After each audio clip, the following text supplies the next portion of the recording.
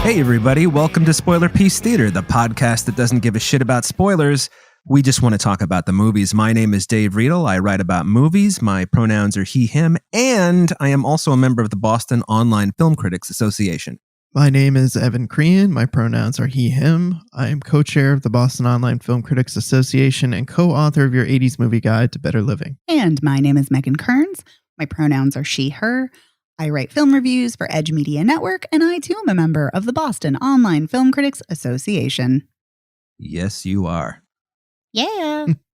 Right. So, because we do that every week and just say that anybody forgot. So, before we get to what's on the show this week, I just wanted to tell everyone listening real quick that over on the Patreon, that's patreon.com/spoilerpiece, we discussed the 2002 David Fincher directed, Jodie Foster starring Panic Room. Yeah. One of us was a first timer with that one, so that's very fun. Yeah. And we get into a little bit of the production history of Panic Room, which is just sort of fascinating, doing inside baseball stuff on that. So anyway, if you want to listen to that, it's over on our Patreon. You become a $5 member, or 10 or 75 or 82, whatever you wanted to give us.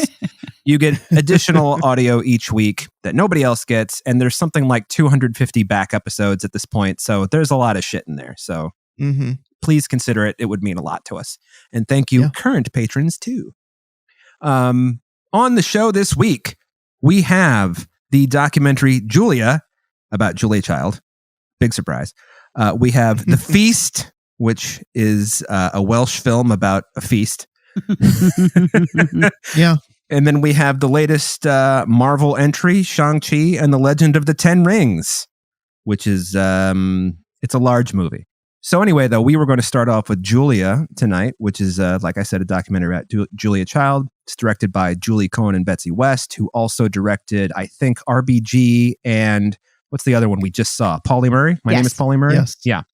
They directed those two movies. So this is exactly what it says. It's a documentary about Julia Child. I have heard Bob Spitz say that it's based on his book about her, but I think his name's in the credits somewhere. His name but is. I don't. Okay. Mm-hmm. So anyway, I mean, it's a documentary about Julia Child. What did you two think? I loved this. Same.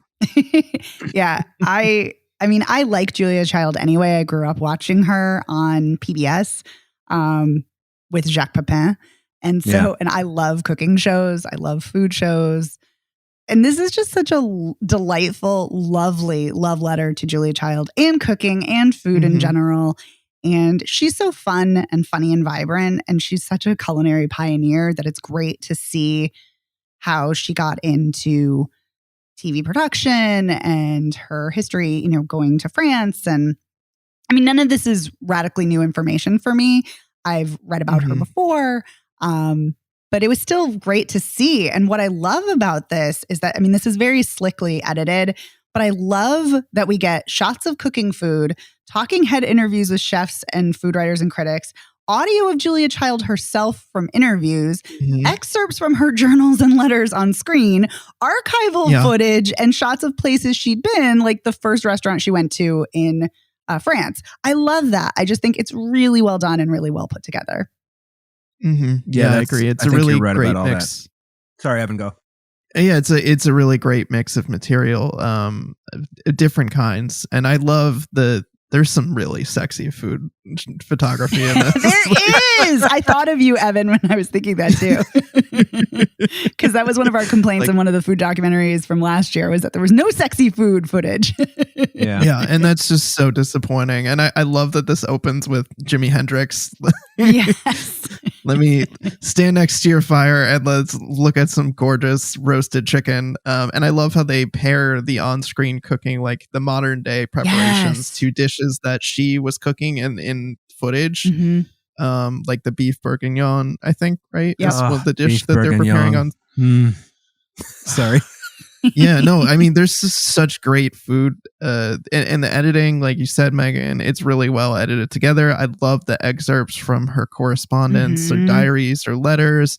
And like you, I knew some about Julia Child, so this wasn't like not a ton of like revelatory information, but what I think is really great about this documentary is that it gets to her on this like very human, personal level.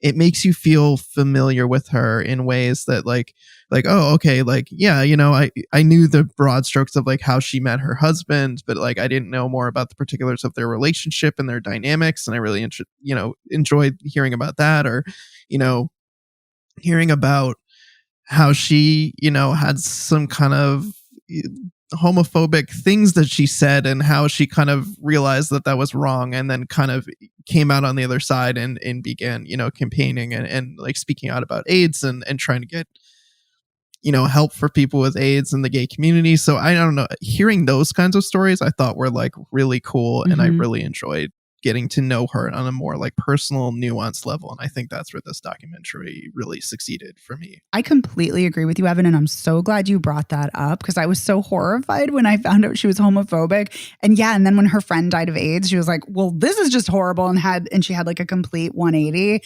And that's, I mean, it's sad that took that, but that's amazing. And I love how she was that Cecile Richards is also in it from Planned Parenthood, and how she was so supportive of Planned Parenthood, and she was pro-choice, and she got picketed against from anti-abortion jerks. But she was like, I don't give a shit. I'm doing this because this is necessary. And I love that. So I agree with you that you're right. You definitely get a feel for her in a way that you might not have otherwise. So completely agree. Yeah, I think I think you're both right. I think the strengths of this are that it's sort of I feel like I sort of had a 65 or 70% picture of her. And maybe I don't have 100% now, but I did not learn a lot of things I didn't know. But the things that I did learn, like the AIDS activism, for example, that was all very cool and new to me. And I did not realize, although I guess I should have, having seen her show a million times, so much of it is, obviously there are cue cards and notes and things, but so much of it is ad-libbed because of the nature of food. Yeah. And also because she was just really good on her feet. Yes. Like from the beginning, she was a natural. So I thought there was not much of a learning curve, because she just kind of could do it naturally. That was very cool. And it's always fun to hear somebody talk about how tall she is, because you're like, well, yes, she was tall. Everyone knows that. She was tall. Moving on. She's a very tall woman. Very true. I just find it so interesting. I mean, I know I said she was a culinary pioneer, and she really was, but it is, I kind of love how the documentary ends on this note of, on Instagram and Twitter, and how so many people post food photos, and how chefs are so well known. There's so many celebrity chefs, and she started that. Like, it's wonderful. And it was also exciting because almost every single person who was a talking head, I know, and not know personally, but I know their work, and I really like them. So it was great. Yeah. Like, I always like seeing Ruth Reichel. I love Marcus Samuelsson. Anyway, it was great. I love Marcus Samuelsson. I didn't know that Sarah Moulton was one of her students, one of her proteges. I didn't know that either. Like, I was like, what is Sarah Moulton doing on this show? I was thinking that too. Oh, that's what she's doing on this show. Oh, it all makes sense now. Well, did anybody have any parting thoughts on Julia before we move on? I feel like it's a rather, as good as it is, it's a pretty cut and dried kind of movie. I liked the local aspects of the story. I mean, given the fact that she lived in Cambridge, Massachusetts, and they're talking about how Savinor was her butcher. It's like, I've been to Savinor's. I know Savinor's. That's wild. Yeah. So it's funny to think about the local aspect of her being around here and being on, WGBH and WGBH launching essentially, cooking television. Like, they also locally pioneered this, and, they saw the value in it. Like, when the original story was that she was appearing to promote her book on a show about books. And then she did a cooking demo, and that was such a big hit that they ordered, a pilot for her. And I think they said like 3 pilot episodes. Yeah, they did 3 pilots. But I love that she was like, I need a hot plate. And the guy's like, that's an unusual request. She's like, well, I need one anyway. Yeah. It's like, I don't know if we can get a hot plate. Get a hot plate. Get one. I need it. I love that. So I dug that. And I also dug the conversations about how she was kind of a tough cookie when it came to negotiating things. And like, she had this kind of air of being like very pleasant and happy, and they talk about her flirtatiousness, and I thought that was all very funny. But like when it came down to business, she like really advocated for herself and really fought for herself. And like when PBS pushed her out, you know, she went on Good Morning America and just just started a new chapter in her career, and she just was like, no, I'm not done. Yeah, I find that really fascinating too. Not only that, but also the fact that they were trying to push her out as, you know, as she was aging. And I mean, media is such an industry, as society is in general, of being, you know, incredibly sexist and ageist. And to see her just getting better and better as she aged, it was just lovely to see. It was also great to see how supportive her husband Paul was. And Ruth Reichel mentions, you know, that you just didn't see husbands at that time have their wife surpass them success-wise and be so supportive. And I mean, it really was unusual. And that's great to see. And just seeing that she didn't want to do the traditional path because she came from such a wealthy background and she wanted a more unconventional life. It was just, it's really, really interesting. I agree, Evan. I like all of those things that you mentioned too. I also really liked the conversations from the chefs as well as from Julia Child herself, talking about how food should be pleasurable. Like you should take risks. Like don't be afraid. It's okay to make mistakes and you should be enjoying food because it is something that's, you know, decadent and sumptuous and it should bring you joy. And I love that. And I love Marcus Samuelsson also talks about how food is identity and sharing food is like, hey, this is a piece of myself and my story. And I love that too. And I love that the film contextualizes that as well. I think it's really, really great. And I think it's so important. And Julie Cohen and Betsy West clearly do a great job in showcasing women who are power, not just women because Polly Murray is non-binary, but people who are powerful and people who have made such a difference in history. And I think that that's really great to showcase. The one thing that I wish they'd focus more on, but I was really glad they kept it in though, because one person comments on this. When they start off the documentary, or not start off, but when they're starting to talk about what food was like when Julia Child came on the scene and about how it was like Jell-O with marshmallows in it and carrots. Yeah. And that's awful. And I'm like looking at that and I'm like, well, that's what white people were doing, but I don't think that's what like people of color were doing food-wise. And I wish, good point. Thank you. And I wish there was more discussion about that. However, Julia Child's niece does mention the fact that, you know, coming from, you know, a white upper class background, that's what food was like. And so I like that they left that in, her mentioning that. I wish there had been a little bit more of that, but I'm glad that it was at least in there. Yeah. Yeah. And one more thing I wanted to add. I'm going to add two more things. So there you go. Meh. Something you said made me think of it, Megan. There was a recent episode of WTF Mark Maron that I listened to where he was talking to David Chang. Oh, love and David he was Chang. Talking about how like chefs, like some of the best chefs around were self-taught because they didn't know the rules. So they didn't know when they were breaking the rules. And one of the aspects of the documentary that I found really fascinating was talking about like the French school of cooking and this idea that you have these like very specific rules and procedures.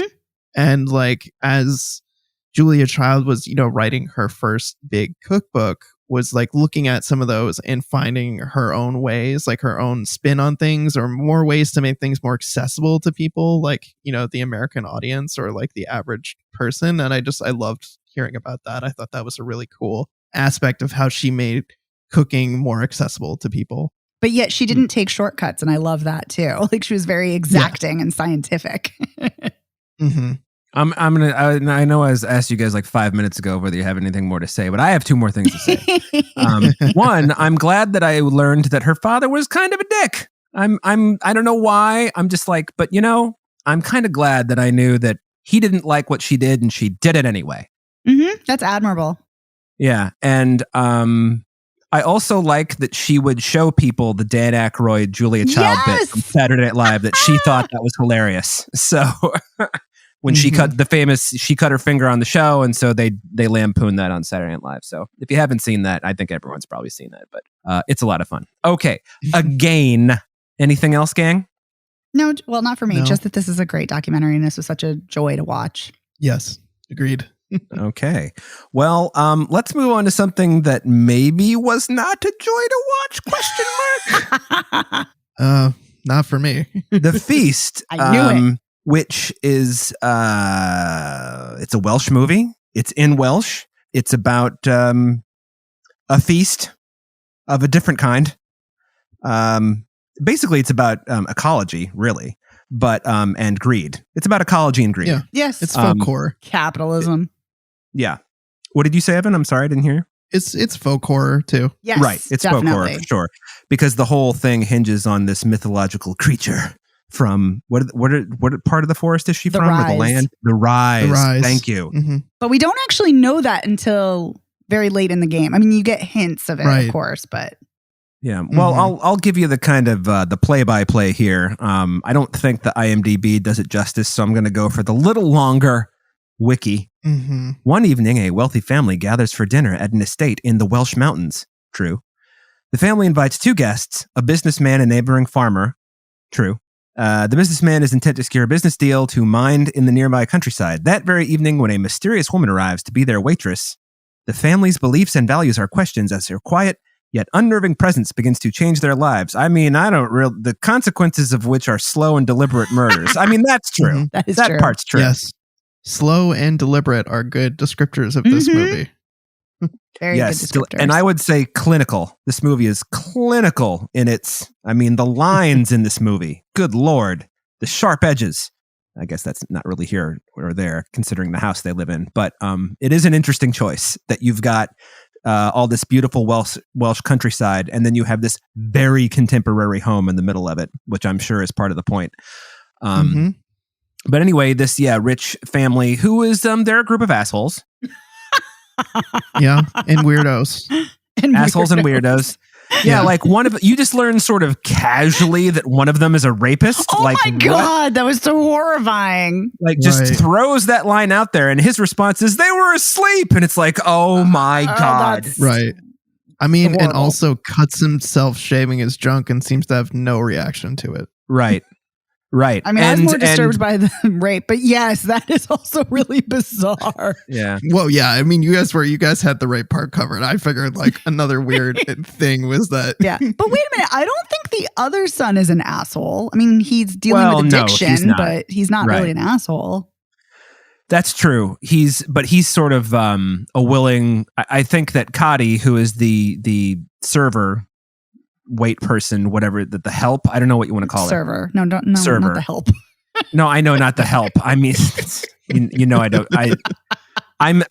What I mean is what these people would probably call her. Oh, I mean, yeah, they would call her that. I would say server, but yes, they would probably call her the help. Their regular server who usually works for them on dinners like these is, I think her father became ill or something. Anyway, she can't do it. And so she recommends Cotty, who works at this pub where she works.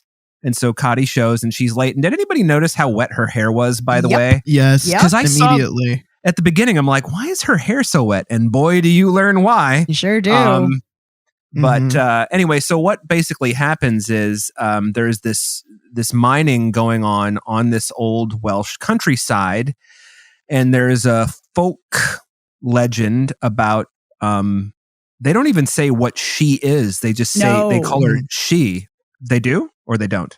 No, you said they don't talk about what it is, and I said no, they don't. Yeah, they're just like They do say she. Don't disturb her. You don't want to don't disturb her. You can't go to the rise Right. because you don't want to disturb her. And so what you realize is whoever's been drilling on this land has disturbed her. And Boy, have they. yeah. And then Mhm. Cotty was in a car accident on the way over, and her car went into the lake and she drowned. And her or she or whatever from the rise took Cotty's body and is exacting her revenge. Yes. And oh Gruesomely. my Lord. Yes. I think my favorite single piece of revenge is that she saves the one asshole son from choking to death so that she can cut off his penis later with a piece of glass that she has put somewhere very private. Yes. The broken bottle glass up her vagina is amazing. Yeah, when she did so what happens is anyway, there's this dinner, there's the asshole family, mom and dad are assholes. The first kid when he was putting on that Greco-Roman unitard, I guess you would call it, I was like, what? Is he going to go wrestle someone? I literally did not know. And that's why I sent you to that text that was like, I'm 7 minutes into this and what the fuck is going on? Yeah. And then I saw him riding a bike and I was like, oh, he's training for something. Okay, got it. Right. Yes, his triathlon. There's a lot of WTF moments in the opening minutes of this movie where you're just wondering, where the fuck is this going? It's extremely eerie and unsettling. I know. Oh, And from the beginning. Yes. We have this girl who showed up here who hasn't said anything. By the way, I paused it. She doesn't say a single word until 21 minutes into the movie. Yep. So it's just like, what is her deal? Why is she not saying anything? What is going on? Well, it's also it's interesting how at the beginning, I don't know if she's being timid or if she's more like she's getting the lay of the land, because she has a turn. That. She has a turn where she goes from being just sort of observant or whatever to becoming, I don't want to say malevolent, but it's like, I now have my plan and I will execute that. That's the look on her face, Mm-hmm. Because she is rightly very, very upset that she has been disturbed by all of the drilling on the land, and she is very horrified by the land being destroyed. I mean, they make that she's not just out there fucking killing people. Right. She's doing this because she's like, you're destroying the land. It's not like she's just some evil wood nymph. I don't even fucking know. Wood nymph. I like it. So I also appreciate, by the way, that the asshole mining guy, his name is Euros. I know that's not their euro, but I mean it's like very fitting. The euro. Yeah. And he's gross, by the way. Yes. His style of eating, of just shoving 3 fingers into his mouth with his food in what his is hand. that? I don't know. It's fucking weird. Well, Disgusting. I also got the impression, obviously, that she sort of had some kind of eventually had some kind of psychic hold over all of them. I got that too. Yes. Because the fact that the father is constantly hearing an ear-piercing, sound that only he's hearing, but he hears it when Cotty's around. Yeah. Right. The only thing that can stop it is that skewer. That shish kebab skewer right in the ear. Oh my God. And she's singing a lullaby to him as he's dying. Yeah. It's amazing. Yeah. My favorite part of that is that she's got the skewer and she just hands it to him and he's like, oh, right, the ear, got it. I mean, Evan we were texting about this, and I think, Evan, you sent to me the slowest of slow burns, yes. right? You said that to you both did of text us. That, yes. And that is absolutely true, because and for good reason. You need all this setup, and it's executed, I think, so well. I mean, the direction is very, very controlled, and very deliberate, along with the pacing. I mean, who knows what the screenplay looked like, because obviously I didn't read it. And when the recovering addict son drops the blade of the axe on his foot, immediately I was like, well, this is going to come back. Of course. I mean, how can I not? And then boy, did it. Ladies and gentlemen listening at home, at some point he shoots some heroin into his toes, and then he is ill. Mushrooms. Yeah, those are mushrooms. Oh, it was mushrooms. Yeah. I beg your pardon. You're right. They went to the rise to get mushrooms from the tree. That's right. Don't go to the rise. Don't go to the rise. Mom warned you. I also like how Mom, when she's talking to the farmer, Mayer is her name, and her husband couldn't make it because he's got the thing that's pulling the car out of the lake that Cotty's, dead body is in, or was in, I should say. Mom is kind of dismissing the rise. She's like, you can't have anybody drill in the rise. That's where she lives. You don't want to wake her up. And Mom's like, Glenda, she's like, oh, bullshit, the fucking rise. But then later, when shit becomes real, she says to her kids, I told you never to go to the rise. You may wake her. And you're like, oh, you did believe it, didn't you? Convenient. Yeah. She didn't believe it when it involved her getting money. Yeah. Right. So I'm going to be honest. This movie is a lot more fun to talk about than it is to watch. I found this excruciating. It was so much body horror, and not that I have a problem with body horror, but I felt like so much of it was just pure shock value. And I hate when when I'm watching a movie and feel like it's just trying to continually one up itself with shock. And I know that this does have a point, and I appreciate the point that it's trying to make, but I just found it absolutely torturous to get to that. When I said the slowest of slow burns, I didn't mean it as a compliment. You didn't mean it in a good way. Well, I agree with you, sort of. The slow burn did not bother me, as I like a good slow burn, and I like a good body horror. Big David Cronenberg fan, for example. But I think that it actually, there was body horror, and then once you got past the maggot-infested leg, once you get past that, everything the else line that wasn't was said on this week's episode. Yeah. Everything else wasn't quite as horrible as that. I mean, because what did you think? What did you think was as horrible? Yeah, the sex scene. Well, yeah, but with the broken bottle. But you don't like. I mean, that's they're silhouetted in the distance, and he's just like screaming in pain. That to me. Now, granted, who wants to be in that situation? But at the same time, it didn't really like freak me out the way the fucking maggot leg did. I mean, good Lord. And so at the end, when mom is slicing like pieces of his leg to feed to Euros, slicing pieces of her son's leg. Yep. Oh, son of a bitch. Slicing pieces of her son's leg to give to Euros, who by the way does break down into like dog-like ravenous eating. I went back and watched when mom is like cleavering the rabbit. And I couldn't tell because you remember those quick cuts when it shows with the rabbits. Well, yeah, I looked away at that. So, there's a bunch of quick cuts where you see Cotty in the yard, like she's just doing Cotty stuff. She's being with the plants. Cotty stuff, and then you see the rabbit, and I thought when they did that, I'm like, was that a leg? And so I went back and I couldn't tell. So, but at the end, it certainly is. But that also makes sense too. I mean, like when you're watching it at first, I was like, well, I would also have the same reaction as Cotty. Like I would have fucking flipped the fuck out if I saw some dead rabbits.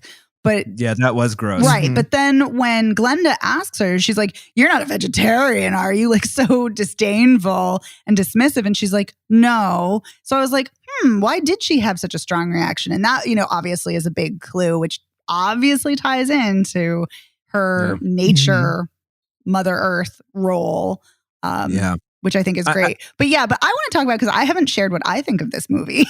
I would love to hear what you think. Yes, thank you. I thought this was great. I also love body horror. I also love good eco horror, and I love a slow burn as well. And I think this definitely pays off. I'm not sure if I ever want to watch it again.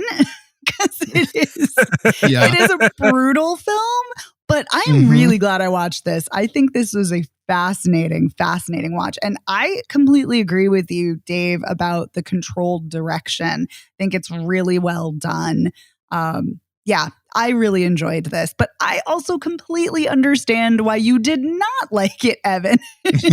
But what I suspected you might. Yeah, I was like, oh, Evan's not going to like this.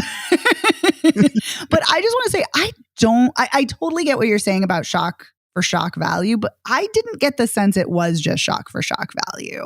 Yeah, I agree with you there. Thank you. I felt that the punishments kind of fit the crime. This is sad, but the kid who is dealing with addiction, like he has a problem, with the mushrooms and then the leg and then the maggots. And then the other son is a rapist. And so he gets a horrifying end. And like everything kind of fit in a weird, strange way. And like Euros is fed, he's becoming a cannibal, an unwilling cannibal. But it makes sense because he's, feeding off of the land in a really gross consumerist way. So for me, it was really shocking, but it wasn't just for shock value. There was kind of a purpose to it, or an underlying reason to it. And I'm going to piggyback on that and say the reason I think it wasn't for shock value is because you could have seen mom blow Euros' head off with that shotgun. Yes. And they did not show that. That is true. So it is restrained in certain scenes. Yeah. Yeah. I was waiting for that. They didn't show something. Well, they didn't show the cut up, torn up penis either. Yeah. Did they need to? I mean, no, but I'm just saying, but if it was for shock value, they might have. Yeah. They had intercut other violent imagery over that. Yeah, that's true. That is true. That's true. They definitely didn't need to show it. And then, of course, my favorite part is mom cuts her own throat at the end. Yeah, and I was kind of pissed about that. Well, I mean, when I say favorite part, here's what I mean. Because you kind of think mom is having some sort of cathartic cleansing of whatever. Like, no, she's dead too. But then Cotty like dumps gasoline all over them and sets them all on fire. Yes. Turns them into a bonfire. I was like, oh my God, it just doesn't stop. No. I had a question about that, actually. Oh, yes. Did Cotty also kill Mare, the neighbor? Was her body in the pile of bodies? Because I feel like if she got killed, that would be bullshit. Like, she shouldn't deserve to be killed. I didn't see it in there, but I don't remember. Yeah, I didn't see it either. But again, I feel like I need to go back and like freeze frame. I was looking though. Curious. Right. Because I was thinking the same thing. I was like, well, wait a minute. If Mare gets killed, then this is just evil, malevolent being. But Mare is the one who's respectful of the land and respectful of this creature. So she should be spared. And she left the dinner, which she thought was bullshit too. Yeah. And she left, she came back, but I didn't remember when. I didn't know what happened after she came back. I didn't remember her leaving again. Well, I also wanted to add that this movie ends with a fourth wall break, which is usually my least favorite way to end a movie. If you've only got one fourth wall break and it's your final shot, no. But this movie, I feel like, earned it. I think it earns it too. Like, it's just like, all right, so now you watched all this stuff. Now what are you going to do about it? You know? That's what I thought. Yeah, I also think it's a really interesting look on Cotty's face too. It really is. Yeah, because throughout the film we see a lot, like when talking about her malevolence, and Dave, I don't remember when you said it, but you said there was a point where she kind of turns more malevolent or seems to be. But there's actually a scene early on that kind of indicates that something's off. Another scene that indicates something's off with her when she's trying on the earrings, Glenda's earrings, and she's like cackling maniacally. It's like, what is happening here? I feel like that's when she had her turn, when the shirt. Oh, that's when you. Okay, I thought you were saying later. Okay, well then never mind. But what I will continue saying is, she vacillates wildly between that kind of, laughing and jubilance in horror, like blood is splattered all over her face when the rapist son chops off the leg of the other son and she like is splashed with blood and she's like laughing about it. So there's that, but then she also looks really sad other times and kind of pivots between these two polarities, and the final shot seems to encapsulate like, totally. I did it, but also I'm angry, but also I'm so sad. And it's really, really well done. Great facial acting. Yeah, I thought so too. Because she goes from, I've just lit these people on fire. Awesome. But look what they did. Look how awful this all is. Why I had to do this because they destroyed everything. And it's almost like she's kind of like, well, this is no fun. Now they're burnt, but so what? The land is still fucked. Right. Yep. This is going to be a weird comparison. Yeah. But it kind of reminds me of the final shot of Zero Dark 30 when Jessica Chastain looks so defeated. And it's like, it's supposed to be this like jubilant moment, but it's really not. And it's an empty victory. And so it kind of sort of reminded me of that. But yeah, I love that final shot. I think it's great.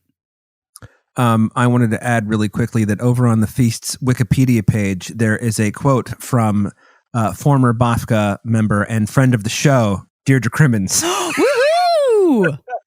Rue Morgue's Deirdre Crimmins suggests that whatever you do, decline all invitations to dinner parties. And Dave, you and I were both eating when we watched this. Yeah, it's funny. I was texting the two of you, and I think it was you, Megan. You were like, just wait. And I was like, okay, and pause. Because I was just like, I don't want to take any risks that like this actually vegetarian pizza that I was eating was just going to like make me want to hurl. So, so I took a pause. I ate my pizza and then I continued. I'm glad I watched this after I ate. We watched Julia first while we were eating, and then watched this. Although this kind of put the rest of the night in kind of like a somber mood. Yeah, I'll bet. You should have reversed it. But eaten dinner through Julia, that's what I did too. I stopped 2/3 of the way through the feast so then I could eat dinner and I watched Julia. I think Nice. that was the right way to do it. Yes. Because I don't usually lose my appetite when I'm watching horror, but I was like, this film seems off. I feel like I need to do that, and I'm glad I did. Yeah. Mm-hmm. Yeah. Well, and I think I mentioned this at the top. This movie is almost entirely in Welsh, so be prepared to read subtitles. But Yes. yeah, but once you figure out what's going on, the subtitles are kind of incidental anyway. So, anyway, anybody have any final thoughts on the feast before we move on? The feast. No, just that I enjoyed it. I'm laughing that this movie is called The Feast. So anyway, final movie of the night. We have the new Marvel entry, Shang-Chi and the Legend of the Ten Rings. Not 12 or 8 rings, the 10 rings. And so, yeah, this is the latest Marvel movie. It's actually not the latest. Eternals is the latest. I beg your pardon. Eternals right. Eternals just came out. This came out, 2 weeks ago? I don't even know. It came out a couple months ago, but yeah, just on Disney Plus it came out. Oh, is that why we're watching it? Okay. Yes. Yes. It's finally available virtually. Yeah. I will be reading the IMDb one-sentence summary. Shang-Chi, the master of weaponry-based kung fu, is forced to confront his past after being drawn into the Ten Rings organization. That's not great. No. That's bad summary. That's a bad summary, IMDb. This is why I don't read IMDb summaries. Yeah, I'm just looking at that going like, that's like not really even close. I mean, what happens is Shang-Chi's dad is like got these 10 rings and he's all evil and he's taken over the world. And then he meets Shang-Chi's mother who's like, no, you will not take over the world. You will love me. And he's like, oh yes, that is what I will do. And then dad's past comes back to haunt him. They give up their supernatural powers to be normal people, normal in air quotes. And then dad's past comes back to haunt him in the form of like a criminal organization. They kill mom, and so he goes evil and starts like just taking on everyone. And eviler, yes. He gets the rings back out. He puts them back on. He makes the kids start learning all of the evil stuff too. Evil in air quotes, also, by the way. Yeah, and then learn to be assassins, basically. Yeah, exactly. And then Shang decides, nope, not for me, and he leaves and goes to California, where he meets Awkwafina and becomes a parking attendant. And then some guys on a bus who they say are Romanian. Isn't that what they say? Yes, they do. They say some Romanian guys on a bus attack him, and they want this pendant that his mother has given him. And that starts everything into motion because Awkwafina's with him, they're on the bus, and she's like, what the fuck just happened? You just kicked the shit out of like 47 guys. It's like 10.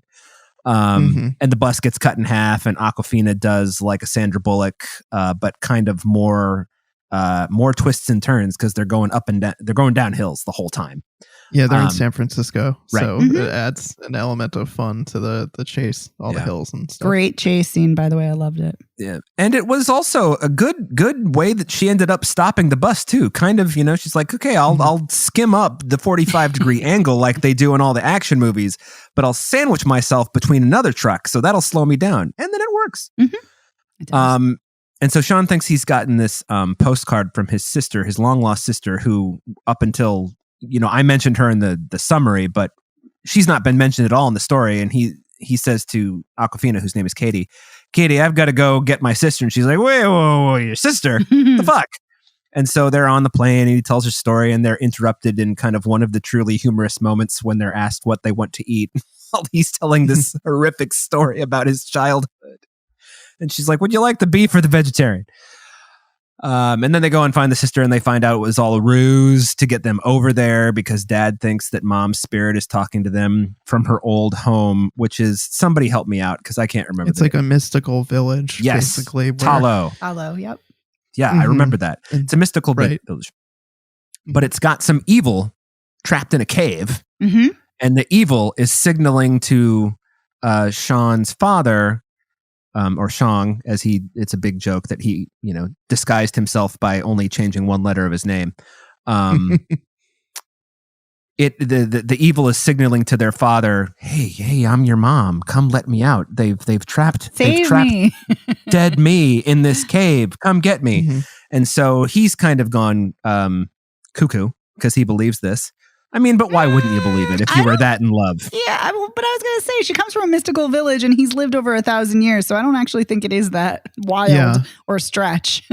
That's true. No. You both have a good point. And so, but then it becomes just like the last hour of the movie is like, let's fight. And so that's what happens. Yeah, well, we need to, stop him from opening the gate in the mountain and freeing the soul-sucking demon. Mm-hmm. I mean, literally soul-sucking. Yes. Like his minions go and just grab people's souls and then bring them back and feed it the souls. Mm-hmm. And then, they do get out and it gets out. Yeah. But then Shang also, he wakes up the dragon that's below the sea, or it wakes up or whatever. And he's like, I will ride the dragon, which he does. And then his sister does too. And Awkwafina learns how to be a really fucking solid archer. And she's actually the one who's responsible for putting the whole death of the mythological soul-sucking creature into motion, because she shoots it through the throat with an arrow. So well done, Katie. And then everybody sort of lives happily ever after until Benedict Wong comes in during the Actually, is it post-credits or does it happen? It's not technically mid-credits, but not really, because it's like there's a few credits and then it happens. Right. He comes and gets them, and he's like, let's go to Doctor Strange's lab and talk about stuff. And Bruce Banner and Captain Marvel are there via, I don't know what, hologram? I don't know what you would call it. Yes. And they're like, these rings, where did they come from? And then Captain Marvel's like, I don't know, gotta go. And then the Hulk is like, yeah, well, he's not the Hulk, he's Bruce Banner. He's like, yeah, she does that, and I'm going to do that too. Peace out. Your lives will never be the same. Oh, but no. Before that, he says these are because they ask how long his father has had them, and he says 1,000 years, and they're like, these are much older than that, and they're signaling a beacon. Mm-hmm. Yeah, yes, somewhere in outer space. Mm-hmm. So there's some kind of like alien origin. Phase 4. Yep. But we're in phase 4. Right, that's what I mean. I mean, this is. I was like, we're in phase 4. But wait a minute, you also skipped the part about how the father died and gives the rings to Shang-Chi. That's true. He does. Yeah, because I think that's a really interesting point, is that this is an origin story, sort of, but it's a different kind of origin story because the father is, well, he's not a superhero, he's a supervillain, but he's a supervillain through most of the film. And then we see the kind of emergence of the superhero. So I don't know. I found that an interesting kind of twist. Not twist, but wrinkle. Yeah. Me too. I thought it was an interesting approach to the villain. You know, normally the villains in these movies are concerned of world domination. And, you know, in this case, the villain has already control of everything that he wants. But the one thing that he can't have is his dead wife back. So that's the thing that he's obsessed with.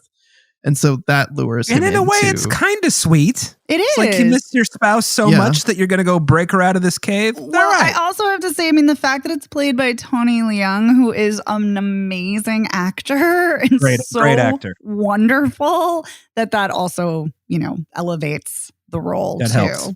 Mm-hmm. Also helps that Michelle Yeoh shows up. I remember seeing... God, I love Michelle Yeoh. She's the best. I was reading the IMDb page yesterday. I'm like, Michelle Yeoh's in this? All right, cool. I know. I didn't actually read who was in it before watching, and I was like, oh, Michelle Yeoh, yes. Yeah. She's their aunt. I think you hear her before you see her, and I'm like, that's her voice. I know, right? It's so good. But so that's another thing, too, that I love about this film. In addition to some great actors, I love the fight sequences in this. Yes. Yeah, they're so dynamic. There's such a fluidity to the camera movements. I love how many different martial arts are in this. I mean, it's wild how many. I mean, it's not just, this is a Kung Fu and Wuxia film, but it's not just that. It's also Tai Chi. It's also a whole bunch of other martial arts that I was looking at the list of. It's like 10 or 12 different martial arts, which is kind of amazing. Yeah, there's an article at Screen Rant that like lists all of them, which is great. And yeah, it's beautiful to watch. It's like a choreographed dance. These are the kind of fight scenes I love to watch. I love when they're well choreographed and they're beautiful and just you can see what's happening in them. yes. Yeah, that's very important. Yes.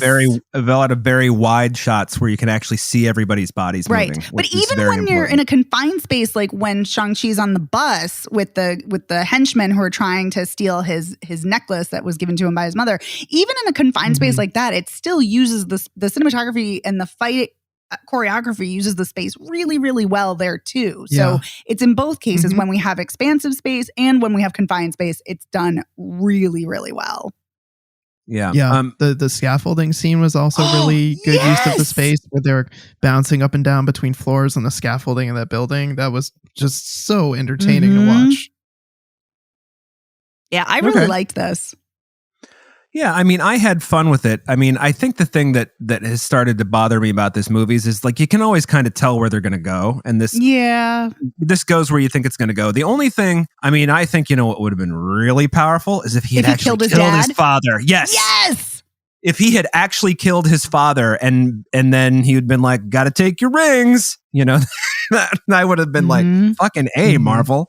I wanted that too. And not that I want him to be like bloodthirsty, but like he said, he's like, I'm going to have to, my father trained me to be a killer. I'm going to have to stop him. This is what I have to do. And so, yeah, it just kind of felt like you're just like wimping out, like to not have that happen. And I don't know. It just, it bothered me, but I think it would have been more interesting. But yes, it's still very, very fun film. The other thing that I liked a lot, and otherwise this is just kind of middle of the road for me, and I also thought there was some very corny special effects work. Like you can tell where they put the money, like during the fight scenes and the dragon. And then there was some other stuff, like some backgrounds. It was just like, this seriously looks like I could have made it on my laptop. I mean, this is bad. There's some scenes in the film. This is one of my gripes. There's some scenes in the film that look really bad. Like they just look blurry and crappy. Like the opening scene where there's the armies that are battling each other, that looked terrible for some reason. Some parts of the scaffolding fight didn't look very good. It was weird because so much of the movie just looks really sharp and really well done. And like Megan said, well choreographed, well edited. Like it just looks really good. So when it's so noticeable when something looks bad, because it's such an eyesore in comparison to the rest of the movie. Yeah. I just have to ask you guys, because I didn't have that same experience. Did you guys watch it in 4K? I did, yeah. Yes. That's why I did not watch it in 4K, and I did not have that experience whatsoever. So completely different experience. So downgrade one level, everybody listening at home. Yeah, because I'm like, I'm like thinking, and I'm like, did I just miss it? And I'm like, how could I miss all these scenes? And then I'm like, wait a minute, I didn't watch it in 4K. That must be why. You have a pretty good eye for that stuff, so that makes sense that you didn't see it in 4K. The other thing that I liked a lot, and I actually truly really liked this point, was when Michelle Yeoh was teaching Sean how to fight in Ta Lo, the mystical village. Basically, she has this moment where he's got his fists wrapped as tightly as possible around whatever that is. And she just looks at him kind of like, open your hands like me. And he's like, oh, you got to be open. No words, no nothing, just a couple of looks. And then boom. I thought that was really well done. Yeah. Yeah. I'm pretty sure that was like Tai Chi, because I think you have open hands with Tai Chi and you use energy against someone else, I think, too. So anyway. Well, you would know better than I, because I don't know at all. So. I mean, I'm no martial arts expert by any means. Yeah. So, I mean, I guess, if you're going to go to the trouble, by the way, to cast Awkwafina, who is good in this, she doesn't really have much to do for a lot of it. She's funny, which is great. And they do turn her into kind of an action hero, which is also great. But there's also a lot where she's just kind of hanging out. Yes. Which is a little bit of a bummer. When you have somebody with that resume and that talent. But I mean, she brings it when she needs to, so that's good. Yeah, but I really found, and obviously in addition to Michelle Yeoh and Tony Leung, who are both so great, I found Simu Liu really fantastic. Like, I was very pleasantly surprised to see how great he was, and I didn't really know a lot about him, but I know he has a stuntman background, and I think that's very obvious watching the choreography here. And yeah, so I was okay. I mean, I like Awkwafina, but I was kind of okay with her not being front and center because she's front and center in so many things. That's true. She is. I also was not loving Ben Kingsley popping up here. No! I had enough you in the other movie you're in. Okay. Yeah. So, well, it felt clear that they needed to have some type of like redemption element to his pretending to be the Mandarin in Iron Man 3. So they're like, yeah, we got to come around to that and make us like that character again. Because now, in retrospect, let's feel a little less icky about having Ben Kingsley pretend to be Asian. But you know what's... Well, I was going to say, specifically East Asian, because he actually is biracial, South Asian. He is, yeah. Gotcha. Yeah, but you're right. But he is not he is not Chinese. And so, yes, he is portraying someone who is Chinese, which is appalling. But here's the thing. I was actually initially pleasantly surprised because when their father talks about how, someone else took my name, the Mandarin, and I was like, yes, I was like, thank you. Let's address this. Let's address this whitewashing and this creepy racist element. And then I thought that was going to be it. But then when Ben Kingsley actually shows up, I'm like, oh, are you kidding me? Like, no, don't redeem him. That's just stupid. I was irritated. I can tell. I mean, yeah. I just thought it was all just kind of dumb. I didn't read too much into it either. I just was like, it's silly and it's unnecessary, but fine. I think my biggest gripe with this movie is how heavy the exposition is in the first like half hour of the movie. A lot of exposition. So glad that I got away from it because I found it oppressive. I was like, I hope the rest of the movie is going to be like this because I'm not digging this.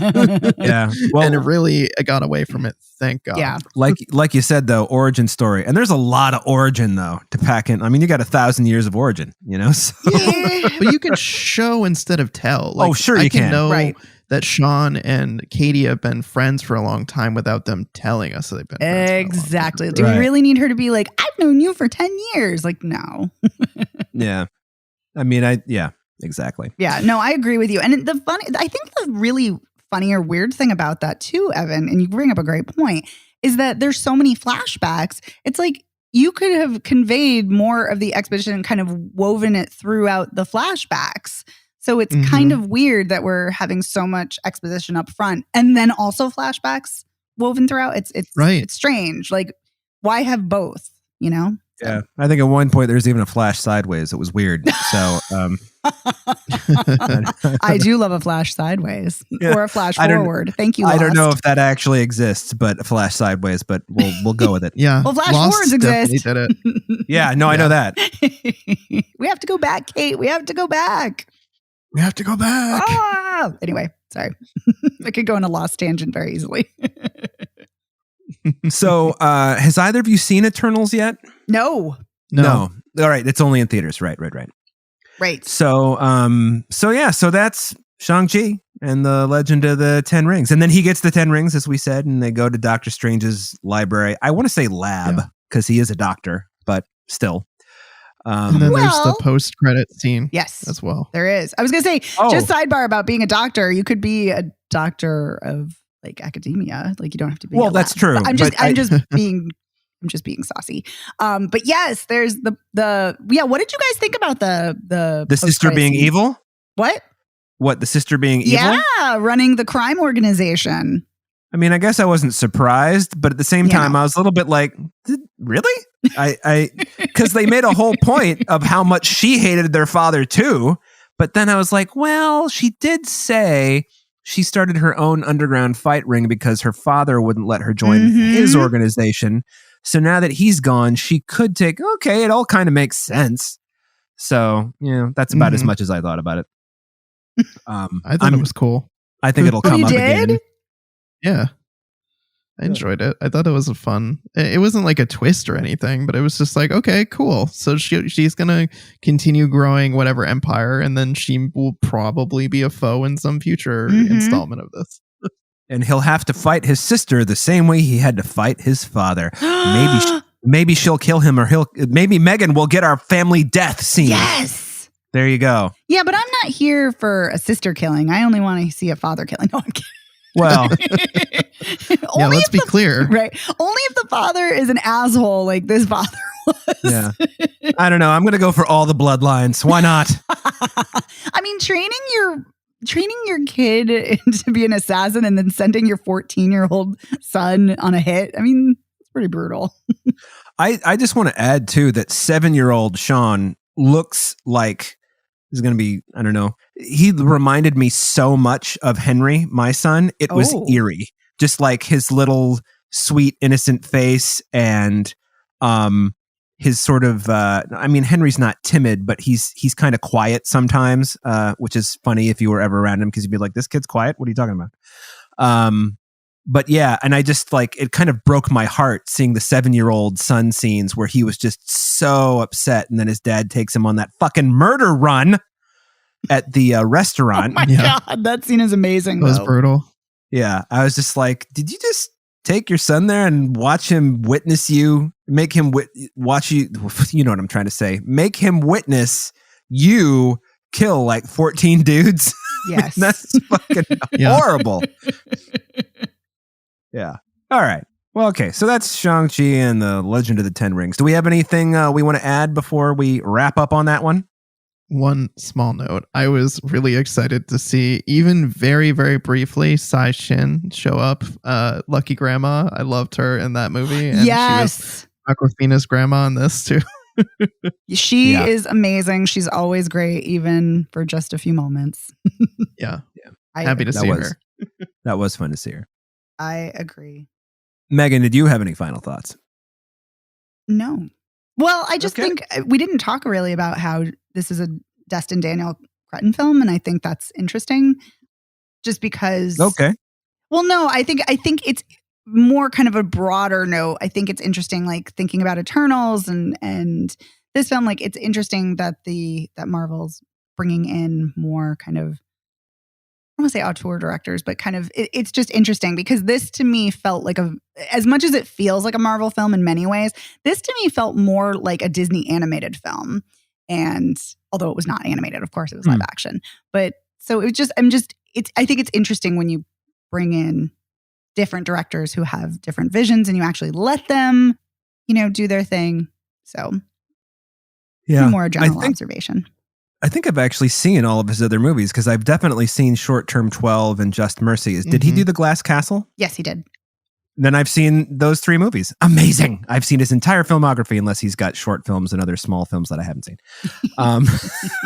Which he does. Which he does. Of course he does. Of course he does. It wouldn't be an episode of Spoiler Piece if I get something completely wrong. So, Aww. All righty. Well, I think that just about wraps it up for this week. Real quick recap, everyone. It sounds like we're all on board to see Julia.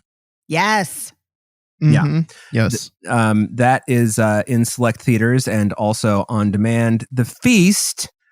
Everyone. I mean, I'd say see it. Sure. I would say see it. If you're into body horror, Evan, I think you're going to be. Are you a no? I'm a no on this. The Feast is in theaters today, and it will also be available anywhere on demand, pretty much. And then finally, as I got wrong about Shang-Chi being the most recent Marvel film, it is not, but it is on Disney Plus, and it's probably still in a few theaters out there, right? So there you go. But it is the most recent Marvel film we've seen, so there you are. That's true. Yes. I was correct about one thing. Yes. There you have it. And it's the most recent film we've covered from Marvel.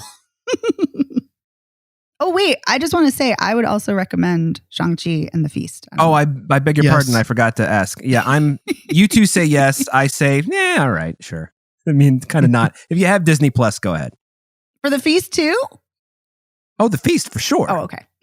No.